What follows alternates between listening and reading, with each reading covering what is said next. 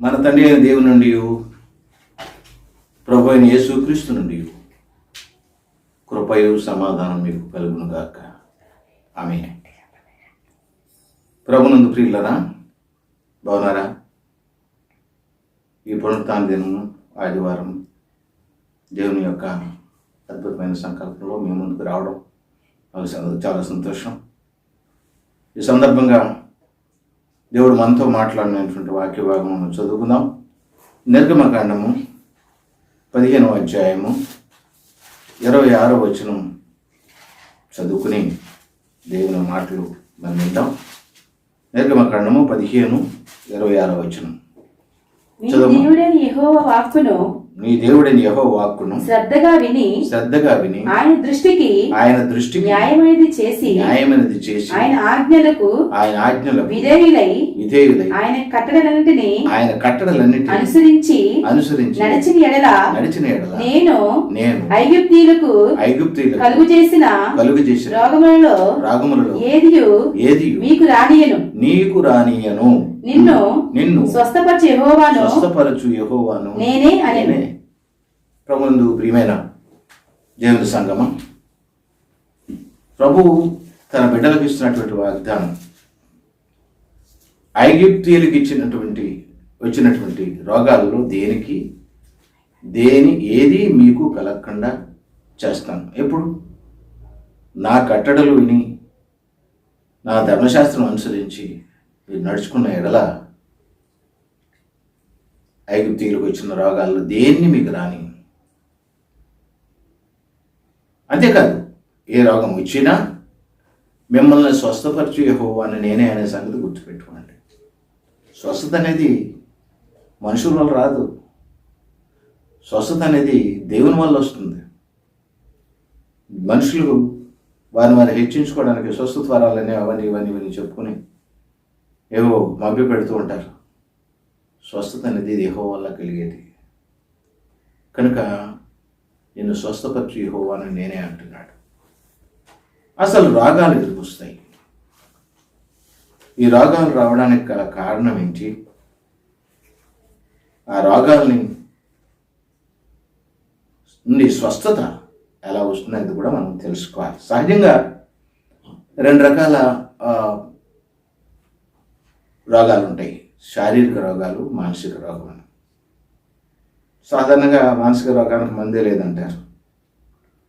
అది శారీరకమైన, మానసికమైన, అది దేనివల్ల వస్తుందో మనం రాబోయే మాటల్లో మనం చూద్దాం. సహజంగా రోగం అనేది మన అజ్ఞానం వల్ల, మన అలవాట్ల వల్ల, ముఖ్యంగా మనం తినే తిండి వల్ల 90% అనారోగ్యం పాలవుతామని వైద్య శాస్త్రం చెప్తుంది. మరి మొదటిది శారీరకంగా వచ్చేటటువంటి ఈ రోగాల గురించి మనం ఎక్కువ తాపత్రయపడుతుంటాం, ఎక్కువ ఆలోచన చేస్తూ ఉంటాం, భయపడుతూ ఉంటాం కూడా. పరిశీలిద్దాం ఏ రకంగా వస్తాయన్నది. మొట్టమొదటిది స్వయంకృత అపరాధం, మనం చేసే తప్పిదాలు. 2, దేవునికి అవిధేయత వల్ల కూడా రోగాలు వస్తాయి. 3వది దేవుని మహిమ కొరకు కూడా రోగాలు వస్తాయి. అలాగే నరులు గర్విష్ఠులు కాకుండుటకు కూడా రోగాలు వస్తాయి. మొదటి మనం చూస్తే స్వయంకృతం. మనం స్వయంగా మన అలవాట్లను బట్టి, మన అజ్ఞానం వల్ల, మన ఆహారపు అలవాట్లను బట్టి మనకి రోగాలు వస్తుంటాయి. పరిశీలన చేద్దాం, ఒకటి పరిశీలన చేద్దాం. మొదటిది స్వయంకృతం వల్ల, ఒక తిండి వల్ల, ముఖ్యంగా క్రమం తప్పి తినడం, నిర్లక్ష్యంగా తినడం, ఇష్టం వచ్చినట్టు తినడం. సాధారణంగా ఇప్పుడు చెప్తూ ఉంటాను, కొలభోజనం తినేవాడు యోగి, కావలసినంత తినేవాడు భోగి, అనవసరంగా తినేవాడు రోగి, వాడిది కాకుండా పక్కాడిది కూడా కలుపు తింటాడే వాడు ద్రోహి. ఆహారపు అలవాట్ల వల్ల అనేక ఇబ్బందులు పడే పరిస్థితి. స్వేచ్ఛగా ఇష్టానుసారంగా ఏది పడితే అది, ఎక్కడ పడితే అక్కడ. కావలసినంత తినేవాడు కావలసినంత తినేవాడు భోగి. మనం ఎలా తినాలి మొట్టమొదటి చెప్పుకుంటే కొల భోజనం, కొలత ప్రకారం భోజనం చేయాలి. ఒక రతన్ టాటా గారు లండన్లో ప్రసంగిస్తూ అంటాడు, నువ్వు ఆహారం మెడిసిన్ లాగా తీసుకోవాలంటాడు. మందులాగా తీసుకోవాలి, మెడిసిన్ లాగా తీసుకోవాలి, అప్పుడు ఆరోగ్యంగా ఉంటావు. ఒకవేళ ఆహారం నీ ఇష్టానుసారంగా తీసుకున్నావు అనుకో, అప్పుడు నీ ఆహారం మందులే నీ ఆహారం అయిపోద్ది అంటాడు. కాబట్టి భోజన ప్రియులుగా ఎక్కువగా మనకు కనబడుతున్నటువంటి వారికి వచ్చేటటువంటి ప్రమాదాలు ఎన్ని ఉన్నాయో మనం పరిశీలన చేద్దాం. మనం బతకడానికి తినాలి, కానీ తినడానికే పుట్టాము అన్నట్టుగా తింటూ ఉంటారు. ఎప్పుడు ఏదో నవ్వులుతూనే ఉంటారు. బస్సులో, ట్రైన్లో, నడుస్తూ ఉన్నప్పుడు, మాట్లాడుతున్నప్పుడు ఎప్పుడు తింటూనే ఉంటాడు. రోగిష్ఠుడు కాకుండా ఏమవుతాడండి? ఇష్టానుసారంగా తినేసేస్తే ఏంటి ప్రమాదం? అంత ప్రమాదం. తినేటప్పుడు కొంత ఆకలి ఉంచుకోవాలి అంటాడు ఎవరైనా డాక్టర్ ఆర్ఆర్కే మూర్తి గారు. కొంచెం ఆకలి ఉంచుకుంటారా, కొంచెం ఆకలి ఉండేలాగా తినండి, కొంచెం ఆకలి ఉంచుకోండి తినేటప్పుడు, వేగవరగా తినవద్దని చెప్తాడు. ఎరకపోయి తిని అరక సస్తారు, తర్వాత క్రమం లేనప్పుడు ఎప్పుడు పడితే అప్పుడు తిని తాగి అనారోగ్యం తెచ్చుకొని కాఫీలు, టీలు, డ్రింకులు, ఐస్ క్రీమ్లు, స్వీట్లు, ఎంత పడితే అంత, ఎక్కడ వస్తే అక్కడ, ఏది వచ్చేది ఏది పానవ్వకుండా.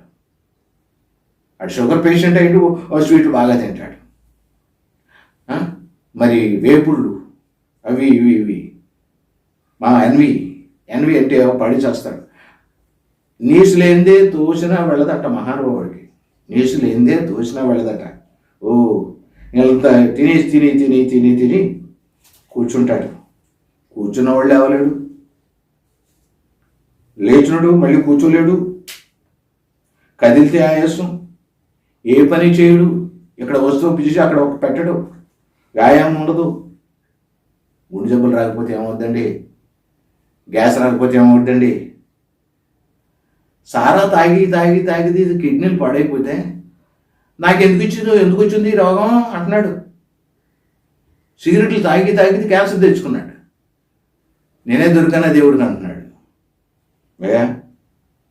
వేపులు తిని తిని తిని బీపీ షుగర్లో పెంచుకొని అది ఉంటే ఏమిటి ప్రయాసం? ఈ చావు నువ్వు తెచ్చుకున్నట్టు కదా, మన రోగాలు మనం తెచ్చుకున్నట్టు కదా, దేవుడు తెచ్చినవి అవుతాయా? ఈ తిండి, ఈ తాగుడు ఎంత ప్రమాదకరమైంది. అందుకే సామెతల గ్రంథం 23వ అధ్యాయము 21వ వచనంలో ఏం చెప్తున్నాడు ఒకసారి చూద్దాం, చదువు. త్రాగుబోతులను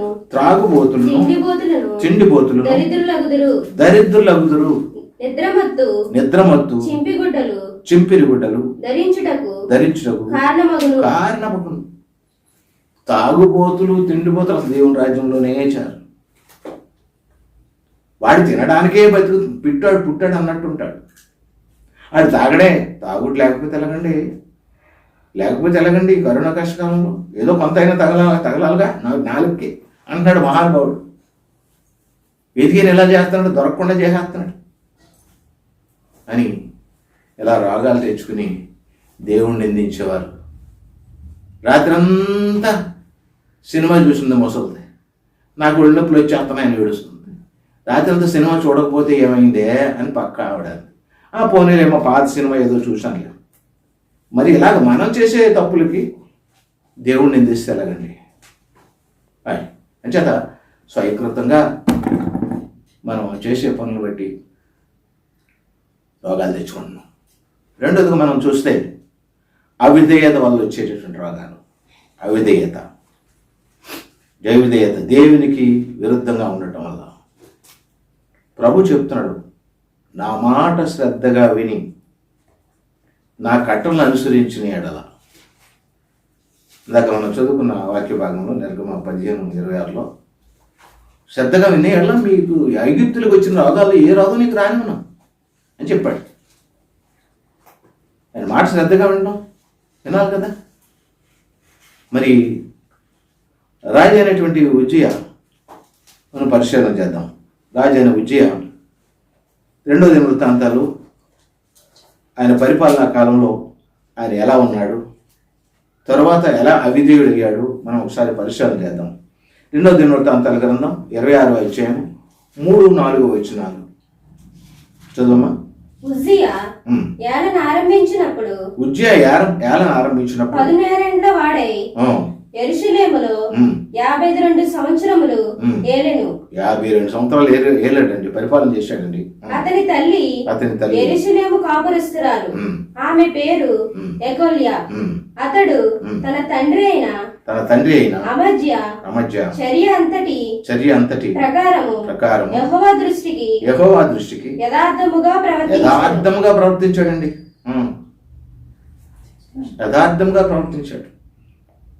యథార్థముగా ప్రవర్తించిన దానికి దేవుడు ఏం చేశాడు? 16వ వచనంలో మనం చూసినట్టయితే 16వ వచనం, అయితే అతడు స్థిరపడిన తరువాత అతడు మనసున గర్వించి చెడిపోయెను. అతడు ధూపపీఠం మీద ధూపం వేయుటకై యెహోవా మందిరములో ప్రవేశించి తన దేవుడైన యెహోవా మీద ద్రోహము చేయగా అక్కడ ప్రభునందు ప్రియమైన దేవుడు బిడ్డలారా, ఎప్పుడైతే ఉజ్జియా చాలా మంచి కార్యాలు చేశాడు, అలాగే దేవుడు కూడా అతన్ని హెచ్చించాడు. అతని కీర్తి ప్రతిష్టలు దేశమంతా విస్తరించాయి. ఎప్పుడైతే పేరు కీర్తులు వచ్చాయో మనసున గర్వించి చెడిపోయాడు. అక్కడ ధూపం వేయాల్సినటువంటి యాజకులు అహరోను వంశస్థులు, లేవీయులు అహరోను వంశస్థులు, అక్కడ 80 మంది యాజకులు ఉండగా వాళ్ళందరినీ ఎదిరించి ఆ ధూపం వేశాడు. వేసిన వెంటనే జరిగింది ఏంటి? ఏమొచ్చిందమ్మా?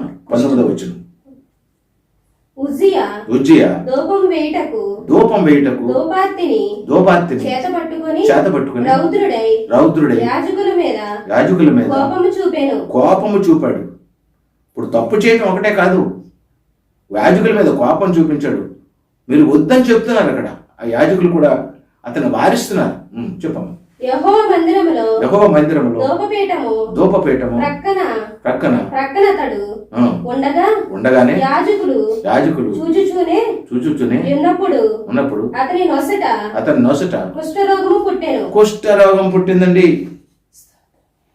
వెంటనే ఎప్పుడైతే దేవుడు ఏర్పాటు చేసినటువంటి అహరోను వంశస్థులైనటువంటి యాజకుల్ని తిరస్కరించి వాళ్ళ గద్దెంపును కూడా లక్ష్యం చేయకుండా ఎప్పుడైతే ధూపం వేశాడు, వెంటనే నొసట ఏముంటుందండి?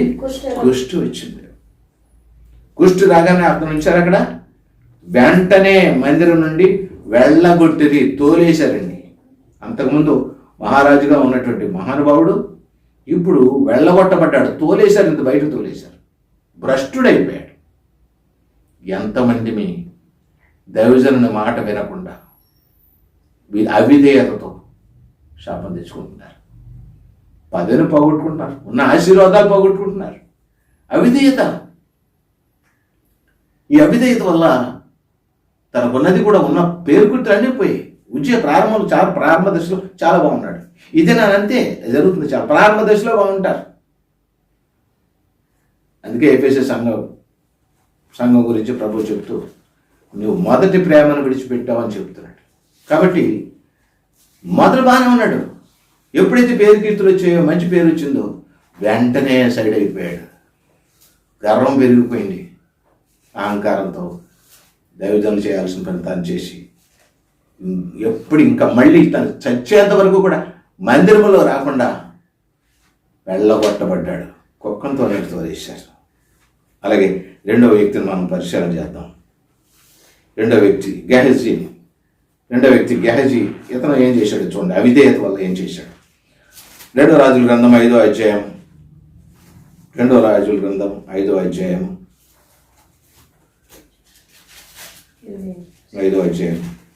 ఏమో 2వ రాజుల గ్రంథం 5వ అధ్యాయం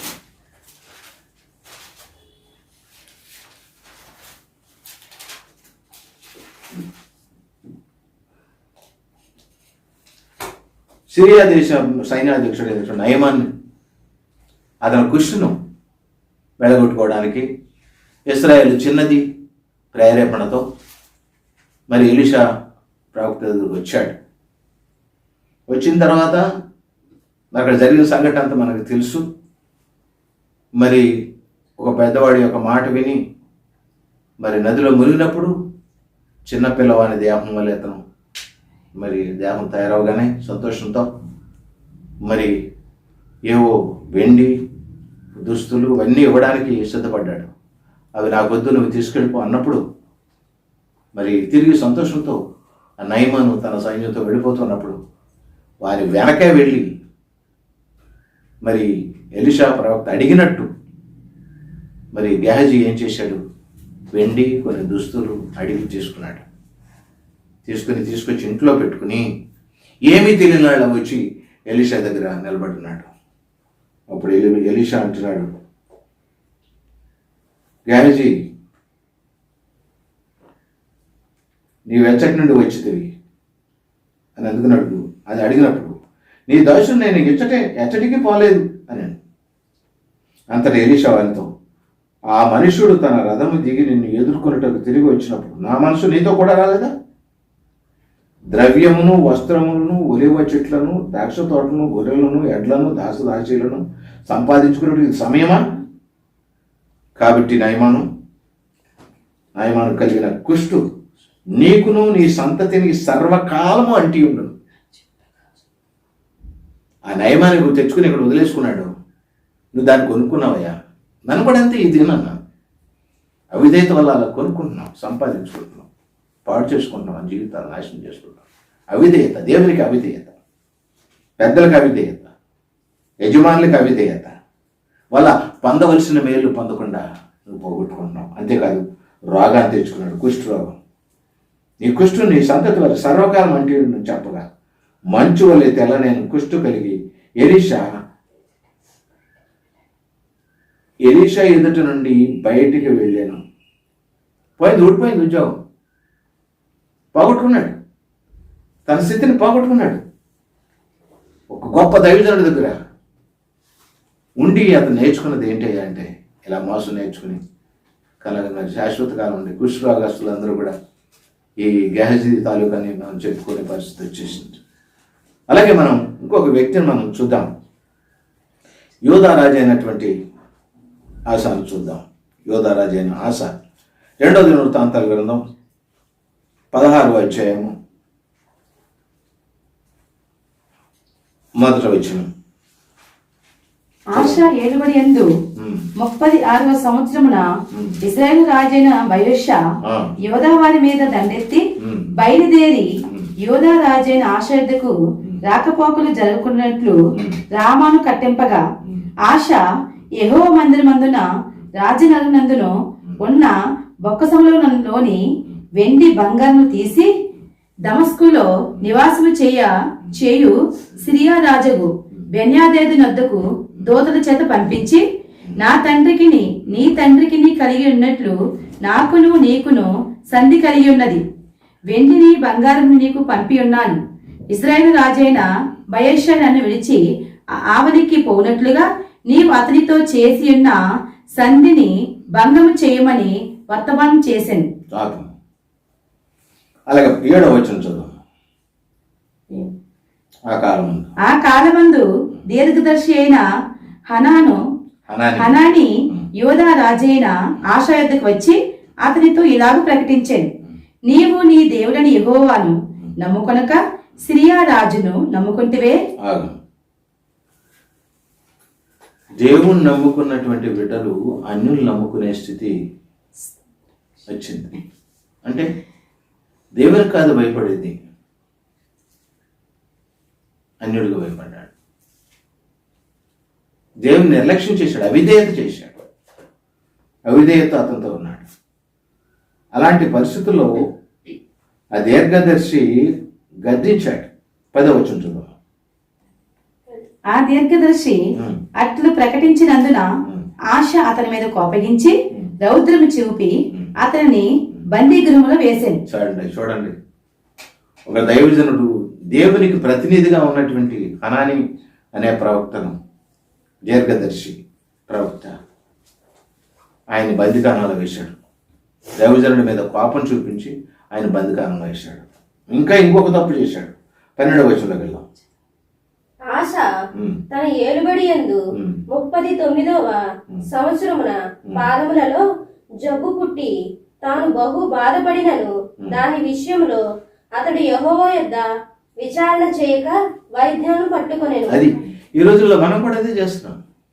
ఏదో జబ్బు వచ్చిందంటే ఎవరి దగ్గరకు పరిగెడతాం, ఏ డాక్టర్ దగ్గర ఎవరు సలహా ఇస్తారో ఏదో చూస్తున్నామే తప్ప దేవుడి దగ్గర మొరపెట్టుకునేటటువంటి నేను స్వస్థపరచు యెహోవా అని నేనే అని చెప్తుంటే దేవుణ్ణి విడిచిపెట్టి వైద్యుల్ని సంప్రదించాడండి. అక్కడితో అతనికి మరణమైంది.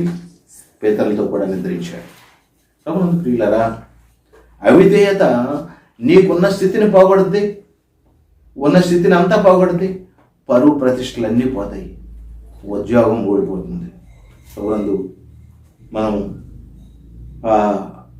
ఆశ చేసినట్టు మనం కూడా రాజులను ఆశ్రయిస్తున్నాము, దేవుని ఆశ్రయించకుండా ఇతరులను అన్యులను ఆశ్రయిస్తున్నాము, దేవునికి మహిమకరం కాకుండా అలా తెచ్చుకోవడం వల్ల మరణం తెచ్చుకుంటున్నాం, శాపం తెచ్చుకుంటున్నాం. మనం కూడా దైవజనులు పెద్దలు చెప్పే మాటలు, పెద్దల మాట చెద్ది మాట అంటారు. పెద్దల మాట విననటువంటి దౌర్భాగ్యస్థితం ఉన్నప్పుడు మన కష్టం మన నష్టం మనమే చేసుకుంటాం. పెద్దలు చెప్తూ ఉంటారు, అయ్యా ఇలా చేయి ఆరోగ్యంగా ఉంటావు, పొద్దున ఎర్లీగా లేవు, తొందరగా అందరికాడ లేచి ప్రార్థన చేసుకో, చదువుకో అని చెప్తే పెద్దలైనట్టు వారు కూడా ప్రభు చెబుతున్నాడు. వేకుజాములు లేచి నదీ ప్రవాహం వల్లని కన్నీరు కుమ్మరించి నీ బిడ్డల కోసం ప్రార్థన చేయమనంటే ఎవరు చేస్తున్నారు? ఇదే నన్ను మంచి చెప్తూ ఉంటే ఎక్కట్లా స్వేచ్ఛ ఎక్కువైపోయిన మనుషులు. Eat while you eat, sleep while you sleep, work while you work. తినాల్సి వచ్చినప్పుడు తినాలా. ఉదయం తింటావు, మధ్యాహ్నం తింటావు, సాయంకాలం తింటావు. అర్ధరాత్రి తింటే ఎప్పుడు పడితే అప్పుడు తింటే ఆరోగ్యంలో వస్తుంది. అందుకే ప్రతి దానికి సమయం పెట్టాడు దేవుడు. తినే సమయం పెట్టాడు, పనిచేసే సమయం పెట్టాడు, నిద్రపోయే సమయం పెట్టాడు. దాన్ని పాటిస్తున్నావు, నా ఇష్టం అన్నట్టు తిరుగుతున్నావు. అవిధేయత, అనారోగ్యం, దాని ఆరోగ్యం పాలవుతున్నావు. Early to go to bed, early to rise, that makes a man healthy, wealthy and wise. Early to go to bed, సమయం ప్రకారంగా పనులన్నీ చేసుకుని చక్కగా పడుకోవాల్సిన సమయంలో రాత్రిపూట పడుకొని తెల్లవారుజామున లేచి మళ్ళీ పనుపాట్లు చేసుకొని మరి పగలంతా పని చేసుకుని రాత్రులు విశ్రమించి పరిస్థితి. ఒక దేవుడు ఒక క్రమాన్ని ఇచ్చాడు. ఆ క్రమాన్ని పాటించినప్పుడు నువ్వు ఎలా ఉంటావంటే యూ విల్ బి హెల్దీ, ఆరోగ్యవంతుడిగా ఉంటావు, వెల్దీ, సంపన్నుడిగా ఉంటావు, ధనవంతుడిగా ఉంటావు, వైస్, తిరుగుగలవాడుగా ఉంటావు. నీ జీవితాన్ని సరిచేసే క్రమంలో పెట్టేది ఈ క్రమము నువ్వు పాటించగలిగేటటువంటి విధానం నీకుందా? పెద్దలు చెప్తున్నారు. నువ్వు ఎంత పని చేసినప్పటికీ మంచిదే, కష్టపడాల్సిన సమయంలో బాగా కష్టపడు. ఆ సమయం మించినప్పుడు అది ఆపేయాలి. ఆ క్రమం కాపాడినప్పుడు నీ ఆరోగ్యాన్ని నువ్వు కాపాడుకోగలుగుతావు. ఎలా పడితే అలా తినేసేసి, ఎలా పడితే అలా పడుకుని, ఎలా పడితే అలా తిరిగేసేస్తే ఆరోగ్యం ఎక్కడి నుంచి వస్తుందంటే నీ తెలివితేటలు కూడా ఉండవు. కడుపున ఎప్పుడు అర్ధరాత్రి తినేసేసి పొద్దున్న లేచి మళ్ళీ పనిలోకి వెళ్తే కడుపు నొప్పి వస్తుంది. క్రమం ఉంటుందా? నీ అలవాట్లు కూడా క్రమం తప్పిపోతాయి. గ్యాస్ వస్తుంది, అనారోగ్యం వస్తుంది, కడుపు నొప్పి వస్తుంది, ఇంకా రకరకాల వాంతులు వస్తాయి, విరోచనాలు, సమస్తం. కాబట్టి ఒక క్రమం అంటూ పెడితే ఆ క్రమాన్ని పాటించాలి. నీ ఆలోచన సరిగ్గా చేయలేవు. హెల్తీ మైండ్ అనే హెల్తీ బాడీ, ఆరోగ్యవంతమైన శరీరంలో ఆరోగ్యవంతమైన ఆలోచనలు ఉంటాయి. శరీరాన్ని ఆరోగ్యవంతంగా ఉంచుకోవాలి క్రమం తప్పకుండా. ఒక పద్ధతి ప్రకారంగా నువ్వు వెళ్ళినప్పుడు పగలు పని చేసుకోవాలి, రాత్రులు నిద్రపోవాలి. పగలంతా నిద్రపోతాడు, రాత్రులేమో పని చేస్తూ ఉంటాడు. దెయ్యాల్లాగా. ఏమండి? ఇక పని చేయటమే నా ఇష్టం అంటే నీ ఇష్టం కుదరదు. నువ్వు నీ వాడవు కాదు, నేను నా వాడిని కాను. మనం దేవుని వారం, దేవునికి లెక్క చెప్పుకోవాలి. కాబట్టి ఈ శరీరము దేవునికి ఆలయం, పరిశుద్ధ ఆలయంగా ఉంచాలి. నీ ఇష్టం వచ్చిన క్రమం లేకుండా చేస్తే దేవుడిచ్చిన శరీరాన్ని పాడు చేసినట్లు లెక్క. దేవుడు లెక్క అడుగుతాడు నేను. అలాగే ప్రభునందు ప్రియులారా, మూడో విషయంలోకి వచ్చాం. మొదటిది స్వయంకృత అపరాధం వల్ల వచ్చే రోగాలు, రెండోది అవిధేయత వల్ల వచ్చే రోగాలు, మూడోది దేవుని మహిమ కొరకు వచ్చేటటువంటి రోగాలు మనం చూద్దాం. యోహాను సువార్త 9వ అధ్యాయం మొదటి నుంచి ఒకసారి చదువుకుందాం. యోహాను సువార్త 9వ అధ్యాయం 1వ వచనం. ఆయన మార్గమున పోవుచుండగా పుట్టి గుడ్డివాడైన ఒక మనుషుడు కనబడెను. ఆయన శిష్యులు, బోధకుడా, వీడు గుడ్డివాడై పుట్టుటకు ఎవడు పాపం చేసెను? ఎవరు పాపం చేస్తే ఇతను గుడ్డివాడిగా పుట్టాడు అని అడిగారు శిష్యులు. వీడిని కన్నవారా? వీడా ఇతను చేసిన తప్పు వల్ల ఇతను గుడ్డివాడిగా పుట్టాడా, లేకపోతే ఇతను తల్లిదండ్రుల?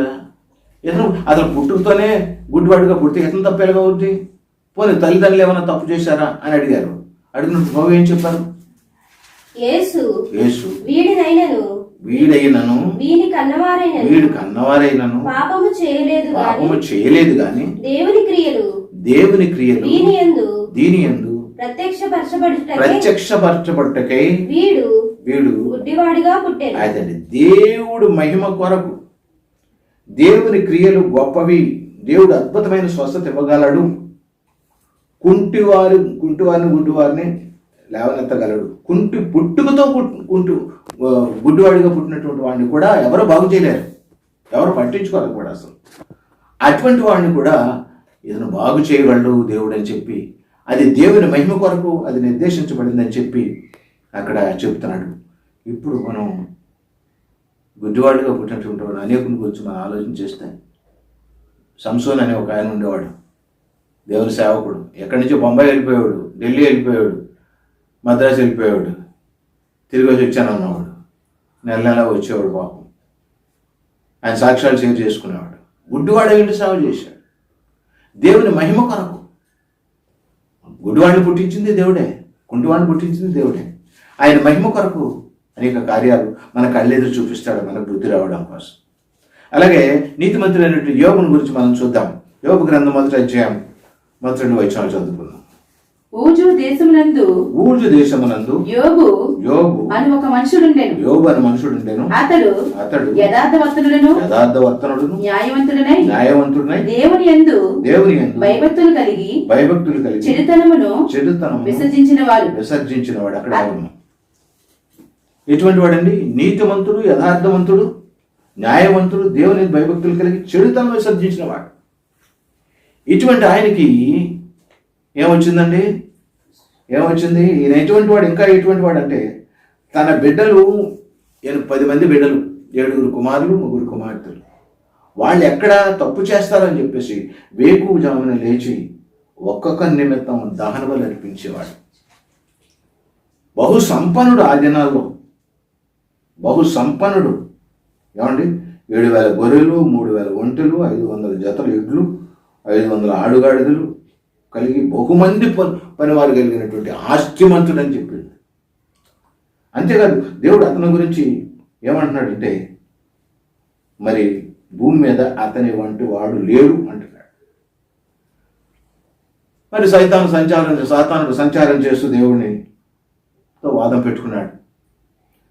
నువ్వు భూమి మీద సంచారం చేసి వచ్చావు కదా, నా దాసుడు యోగుని చూసావంట. యోగుకు నువ్వు కంచె వేసావు కదా, అన్ని ఆశీర్వాదాలు ఇచ్చేసావు కాబట్టి నేను అనుసరిస్తున్నాడు. ఇదిగో నీ ముందు ఇచ్చాను, అతను ప్రాణహాని మాత్రం కలిగించుకో.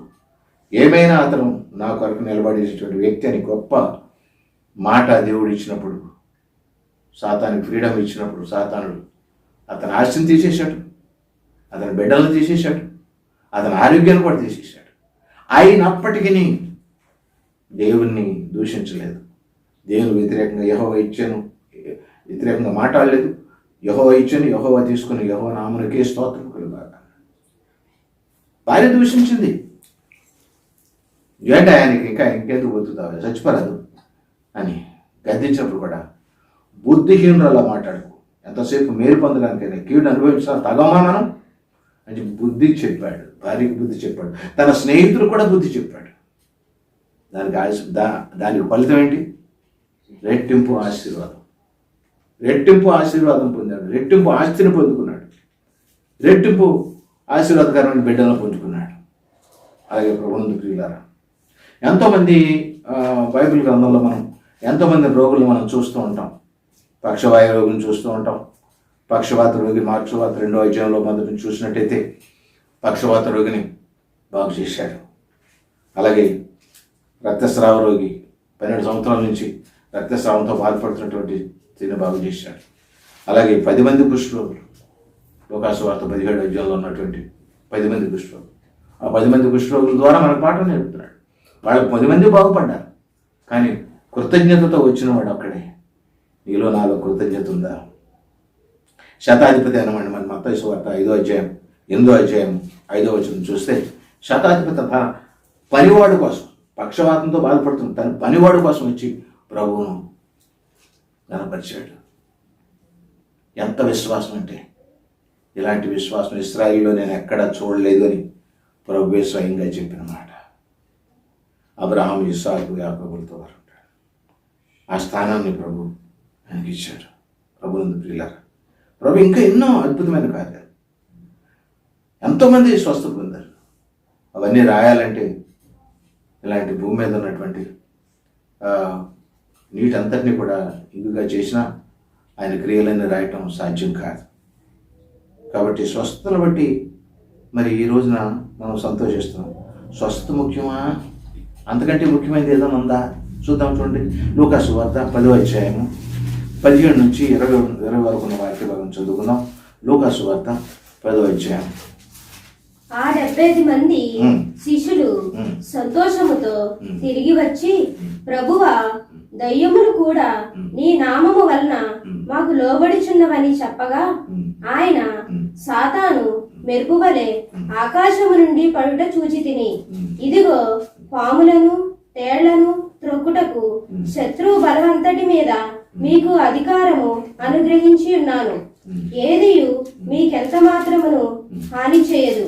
అయినను దయ్యములు మీకు లోబడుచున్నవని సంతోషింపక మీ పేర్లు పరలోకమందు వ్రాయబడి ఉన్నవని సంతోషించుడని వారితో చెప్పారు.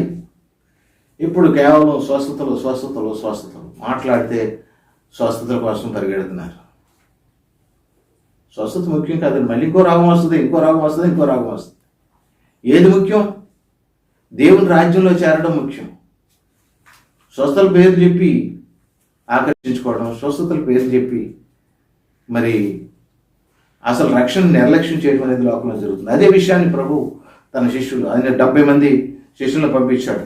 దేవుని పేరిట ఎన్నో అద్భుతాలు చేశారు. దయ్యాలను వెలగొట్టారు, మరి తేళ్లను తొక్కారు, శత్రు బలవంతుల మీద అధికారంగా సంపాదించుకున్నారు, పాములని తేళ్లను తొక్కారు. ఇంత అద్భుతాలు చేసినటువంటి వారు సంతోషంగా వచ్చి చెప్తున్నారు, మాకు దెయ్యాలు కూడా లోపడుతున్నాయా, సంతోషమయ్యా. అంతకంటే ముఖ్యమైనది ఇది ఏంటయ్యా అంటే దేవుని రాజ్యం. మనం వెతకాల్సింది దేవుని రాజ్యం అండి. మొదట నా రాజ్యాన్ని, నీతిని వెతకండి, అవన్నీ మీకే వస్తాయి. ముందు నా రాజ్యాన్ని, నీతిని వెతకండి. రాజ్యం కావాలి, ముందు దేవుని రాజ్యం కావాలి. దేవుని రాజ్యాన్ని విడిచిపెట్టి లోకం నుంచి శాశ్వతం అన్నట్టు, లోకంలోనే శాశ్వతంగా ఉండిపోతాం అన్నట్టు స్వస్థతలు కోరుకుంటే ఎలాగండి? స్వస్థత దాని అంతటి ప్రభు తప్పనిసరిగా ఇస్తాడు. ఆయనకి నీకేది అవసరం ఆయనకి తెలుసు, నీకు అక్కరగా ఉన్నాయి ఏంటో ఆయనకి తెలుసు. నువ్వు అడగని అవసరంలా. మొదట నా రాజ్యాన్ని, నీతిని వెతకమని ప్రభు చెప్తున్నారు. కాబట్టి ప్రభునందు ప్రియులారా, 3 అంశాలు మనం నేర్చుకున్నాం. 4వ అంశాలకు వెళ్దాం. మొదటిది చెప్పుకున్నాం, స్వయంకృత అపరాధం వల్ల రోగాలు వస్తాయి. అలాగే రెండోదిగా అవిధేయత వల్ల వస్తాయి. మూడోది దేవుని మహిమ కొరకు వచ్చేటటువంటి రాగాలు ఉంటాయి. తర్వాత 4వది నరులు గర్విష్ఠులు కాకుండా. యోబు గ్రంథం 16వ అధ్యాయము, యోబు గ్రంథం 33వ అధ్యాయం, యోబు గ్రంథం 33వ అధ్యాయము 33వ అధ్యాయం 16 నుంచి చదవమ్మా. నరులు నరులు గర్విష్ఠులు కాకుండా నరులు గర్విష్ఠులు కాకుండానట్లు చేయునట్లు తాము తలచిన కార్యము వారు మానుకున చేయనట్లు గోతికి పోకుండా వారిని కాపాడినట్లు కత్తి వలన నశింపకుండా వారి ప్రాణమును తప్పించినట్లు ఆయన వారి చెవులను తెరవచేయును వారి కొరకు ఉపదేశము సిద్ధపరచును. వ్యాధి చేత మంచమెక్కుట వలన ఒకని ఎముకలలో ఎడతెగని నొప్పులు కలుగుట వలన వారు శిక్షణమునందును రొట్టెయు రుచిగల ఆహారమును వానికి అసహ్యమగును వాని శరీర మాంసం క్షీణించిపోయి వికారమగును బయటికి కనబడకుండా ఎముకలు పైకి పొడుచుకుని వచ్చును. చాలు. వాడు సమాధికి సమీపించును, వారి ప్రాణము సంహారకుల యొద్దకు సమీపించు. అది నరులు సాధారణంగా గర్విష్ఠులుగా ఉంటారు. ఒక మంచి స్థితి ఏర్పడినప్పుడు గర్వం అనేది అడ్డు వస్తుంది. తక్కువ స్థితిలో ఉన్నప్పుడు విధేయత మామూలుగానే ఉంటుంది. కొంచెం స్థాయి పెరిగేసరికి గర్వం వచ్చేస్తుంది మనుషులు. ఆ గర్వం వల్ల నాశనానికి ముందు గర్వం నడుచును. గర్వము చేత అనేకులు నాశనం చేసుకుంటున్నారు. అంతేకాదు దేవుని కృప పోగొట్టుకుంటున్నారు, హెచ్చిపోతున్నారు. దేని మనసు, పశ్చాత్తాపం, దిద్దుబాటు, శిక్షణ ఇవన్నీ దేవుడు ఈ రోగాల వల్ల కలిగిస్తున్నాడు. నరులు గర్విష్ఠులు కాకుండా చేయాలని తాము ఎవరికి ఇష్టం వచ్చేటట్టు అటు చేసేసుకోండి. ఈ దినాలు మనం పరిశీలన చేస్తే ఈ ఉగ్రత కారణం నరుల్లో గర్విష్ఠులుగా ఉండటం, అహంకారులుగా ఉండటం, మరి దుర్వ్యాపారాలతో ఉండటం, అనుకున్నట్టు చేసేయటం అంతే. ఏమండి, కామాతురత, జారత్వము, అపవిత్రత, దుర్మార్గత ఇవన్నీ కూడా విస్తరించిపోతూ ఉన్న కారణం. వాడు అనుకున్నట్టు చేసేయటం. అక్కడికి వెళ్ళాలంటే అక్కడికి ఆస్తి తీసేసుకొని అని చంపేయాలని ఇంకంతే. అలా నాశనం అయిపోకుండా ఉండేటట్టు దేవుడు ఏం చేస్తున్నాడు, వాడికి ఒక కత్తి వల్ల నశించిపోకుండా, గోతికి వెళ్లకుండా, అనుకున్నది సాధించకుండా నరులు గర్విష్ఠులు కాకుండా ఉండడం కోసం వారికి ఒక చక్కని ఉపదేశం సిద్ధం చేశాడు.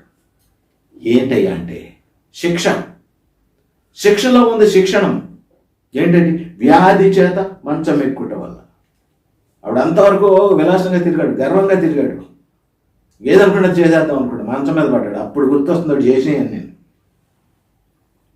నాకు ఒక వ్యక్తి తెలుసు, ఒక కుర్రాడు, చాలా దమ్మున్నవాడు, బాగా విస్తారంగా ఉన్నవాడు, పేదవాళ్ళని మొహాలు చూసేవాడు కాదు. చాలా కొత్త బండి ఒకటి కొనుక్కున్నాడు, ₹1,00,000 పెట్టి బండి కొనుక్కున్నాడు.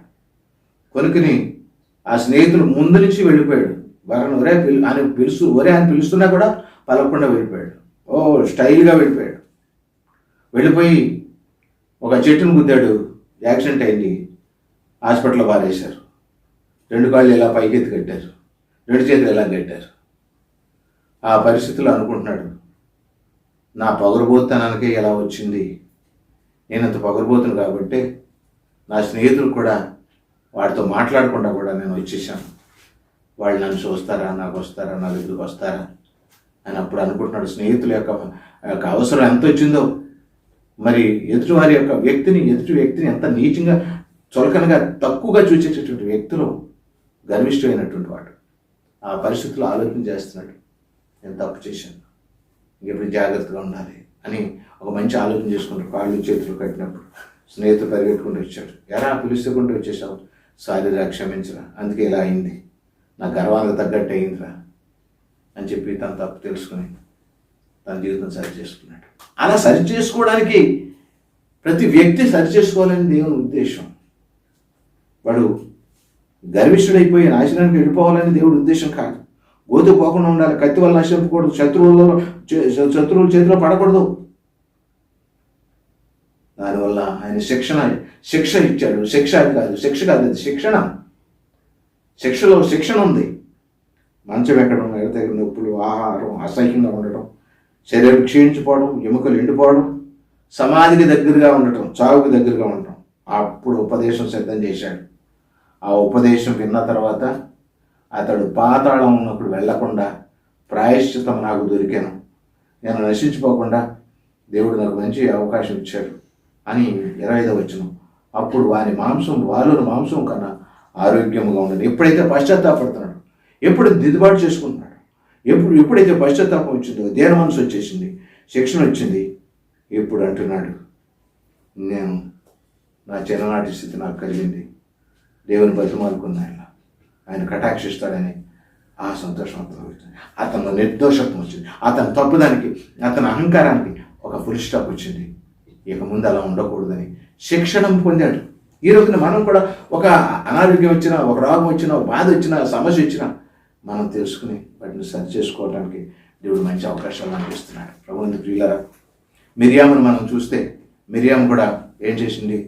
మిరియాము సంఖ్యాకాండం 12వ అధ్యాయం చూస్తే, సంఖ్యాకాండం 12వ అధ్యాయంలో చూస్తే మిరియాము తన తమ్ముడైనటువంటి మోషేకు విరుద్ధంగా మాట్లాడింది. ఏంటి, నువ్వే గొప్పవాడువా, మేము గొప్పవాళ్ళం కాదా అన్నట్టు దేవుడు మాట్లాడుతున్నాడు. నువ్వు ఎవరి గురించి అంటున్నావు? అతడు నా భూమి మీద సాత్వికుడు, అతను నా ఇల్లంతట్లో నమ్మకస్తుడు, అతని గురించి మేమేమంటున్నాం? నువ్వు అలా గద్దించావు కాబట్టి ఇదిగో నేను కృష్ణ ఇస్తానని చెప్పాడు. అహరోను బాధపడ్డాడు, దుఃఖపడ్డాడు. అప్పుడు మోషే మళ్ళీ ప్రార్థన చేసి మిరియాముకి ఆ కృషి నుంచి మళ్ళీ విడుదల ఇచ్చాడు.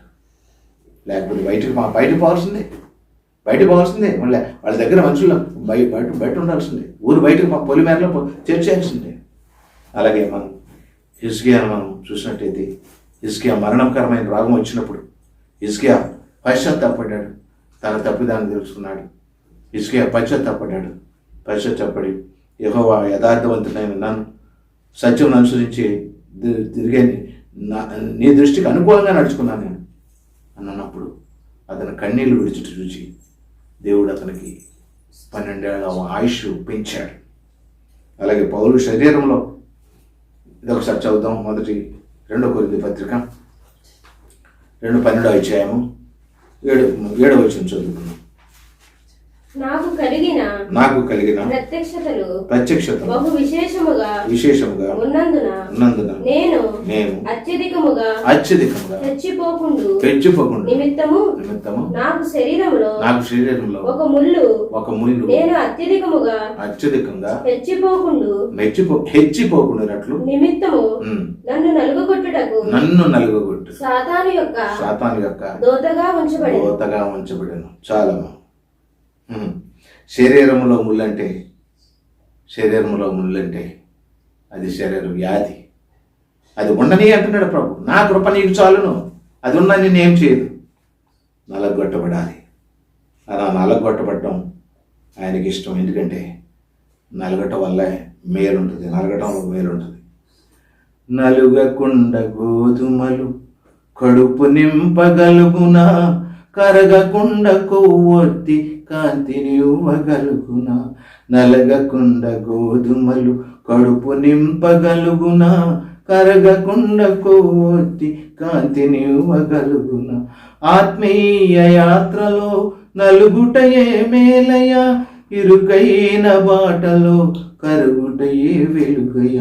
నలుగకుండ గోధుమలు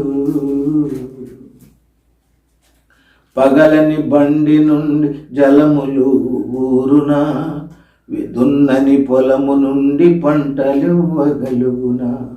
పగలని బండ నుండి జలములు ఊరునా, దున్నని పొలము నుండి పంటలివ్వగలిగిన. పరలోక యాత్రలో పలుగుటయే మేలయ, పరలోక యాత్రలో పగులుటయే మేలయ. విశ్వాసి బాటలో విరుగుటయే పరమయ, విశ్వాసి బాటలో విరుగుటయే వరమయ. నలుగకుండ గోధుమలు కడుపు నింపగలుగునా, కరగకుండ కొవ్వొత్తి కాంతినివ్వగలుగునా. రక్తము చిందకుండ పాపములు పోవునా, కన్నీరు కార్చకుండ కలుషములు కరుగునా. అంతిమ యాత్రలో క్రీస్తేసే గమ్యమయ, బహుదూర బాటలో ప్రభు యేసే శరణమయ్య. నలుగకుండా గోధుమలు కడుపు నింపగలుగునా, కరగకుండా కొవ్వొత్తి కాంతినివ్వగలుగునా, నలగకుండా గోధుమలు. కాబట్టి నలగాలి. విరిగి నలిగిన హృదయం ఆయనకి ఇష్టమైన బలి. నలిగిన హృదయాన్ని ఆయన అలక్ష్యం చేయడు.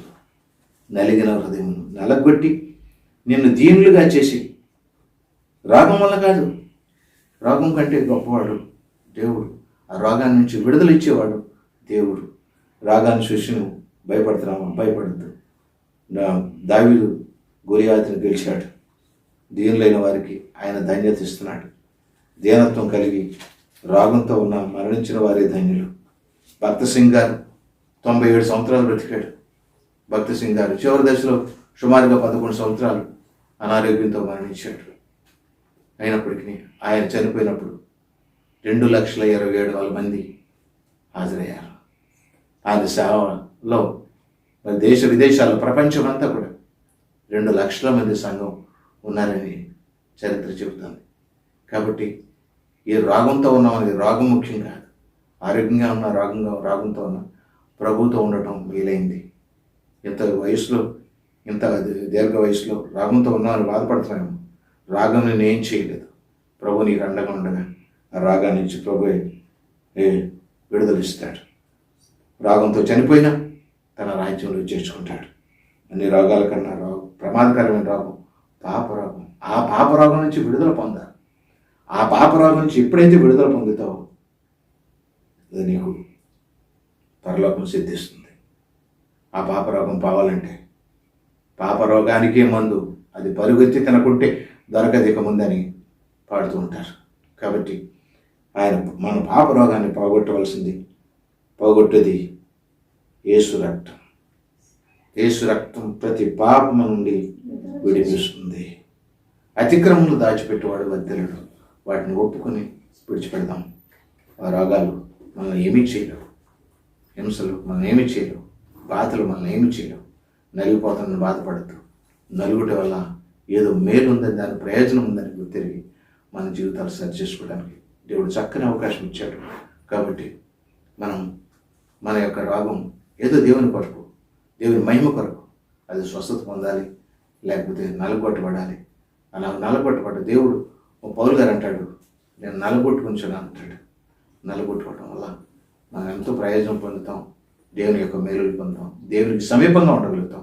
వీరికి నలిగిన హృదయంతో, దీన మనసుతో ఆయన ఉన్నప్పుడు ఆయన రాజ్యంలో మనం పాలు పంపులు పొందగలుగుతాం.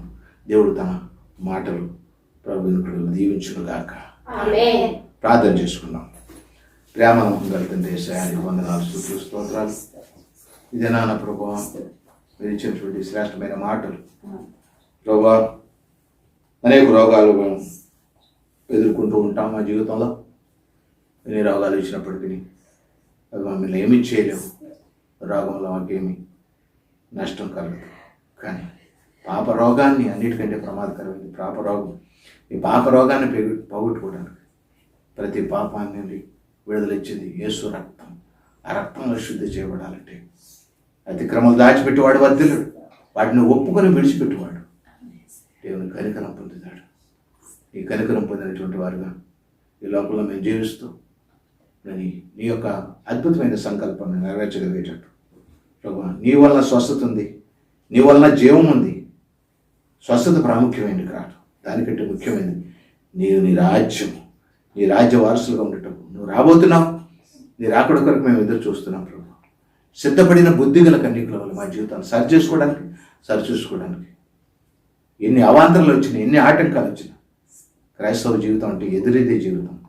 ఏమి భయపడక ముందు కొనసాగేటట్టు. శ్రమాలు వచ్చినా, మరి ఎలుగుబంట్లు వచ్చినా, మరి నీళ్ళు వచ్చినా, నిప్పు వచ్చినా దేనికి భయపడే స్థితి దేవుని కలిగిన వారికి ఉంటుంది. కాబట్టి ఆ యొక్క లోకానికి భయపడక నీ యందు భయభక్తులు కలిగి మా జీవితాన్ని కొనసాగించుకోవడానికి సహాయం చేయాలి. నీ కృప కాపుదల సంఘ బిడ్డలందరికీ అనుగ్రహించు. వాక్యం వింటున్న ప్రతి బిడ్డను నీ ఆశీర్వాదం ఈ లాక్డౌన్ కాలంలో ప్రతి ఒక్కరిని ప్రభు నీతో సమీపంగా ఉండడానికి, అనగా నీ సహవాసంలో ఎదగడానికి మంచి అవకాశం ఇచ్చావు. ప్రార్థన ద్వారా, పాటల ద్వారా, వాక్యం ద్వారా బలపడడానికి సహాయం చేయమని యేసునామమున అడిగి ప్రార్థిస్తున్నాను తండ్రి. ఆమేన్.